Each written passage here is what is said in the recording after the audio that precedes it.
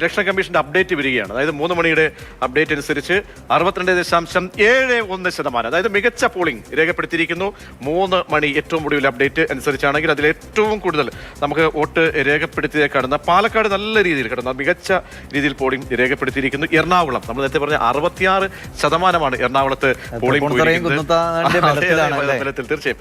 പിന്നെ ആലപ്പുഴയിൽ 62% ഉണ്ട്, ഇടുക്കിയിൽ 62%, കണ്ണൂരിൽ 62%, കാസർഗോഡ് താരതമ്യേന നേരത്തെ കുറഞ്ഞിരുന്ന സ്ഥലമാണ്, അവിടെ 61%, കൊല്ലത്തും 61%, കോട്ടയത്ത് 61%, കോഴിക്കോട് 64%, മലപ്പുറത്ത് 62.27%, പാലക്കാട് 64%, പത്തനംതിട്ട ഏറ്റവും കുറവാണ് കേട്ടോ, പത്തനംതിട്ടയിൽ 59.25%. ജില്ല നമ്മൾ മണ്ഡലങ്ങൾ തിരിച്ചു നോക്കിയാൽ എനിക്ക് തോന്നുന്നത് 65, അമ്പലപ്പുഴയിൽ 65 ഉണ്ട്, ആലുവയിൽ 67 ഉണ്ട്, ആറ്റിങ്ങൽ കുറവാണ്, 57 മാത്രമാണ് രേഖപ്പെടുത്തിയിട്ടുള്ളത്.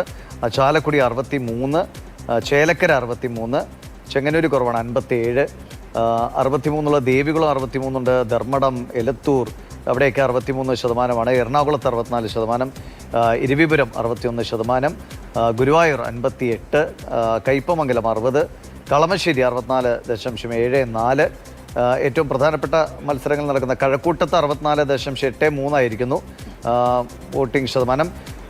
കാട്ടാക്കടയിൽ 63.71, കാസർഗോഡ് 60.90, കോട്ടയം 62.08, അങ്ങനെ എല്ലായിടത്തും നമ്മൾ നേരത്തെ പറഞ്ഞു വന്ന സംസ്ഥാനത്തെ ഏറ്റവും പോളിംഗ് രേഖപ്പെടുത്തുന്നത് തൃപ്പൂണിത്തുറയിലും ഇപ്പം കുന്നത്തുനാട് 70.08%. ആലോചിക്കണം, കുന്നത്തുനാടും തൃപ്പൂണിത്തുറയും 2020 സാന്നിധ്യമുള്ള രണ്ട് പ്രധാനപ്പെട്ട മണ്ഡലങ്ങളിൽ 69.38 എന്ന് പറയുമ്പോൾ മികച്ച പോളിംഗ് ആണ് അവിടെ ഉണ്ടാകുന്നത് എന്നുള്ളതാണ്. തിരുവനന്തപുരത്തും ആ രീതിയിൽ ശക്തമായിട്ടുള്ള പോരാട്ടം നടക്കുന്ന എല്ലായിടത്തും, ത്രികോണ മത്സരം നടക്കുന്ന എല്ലായിടത്തും വലിയ രീതിയിലുള്ള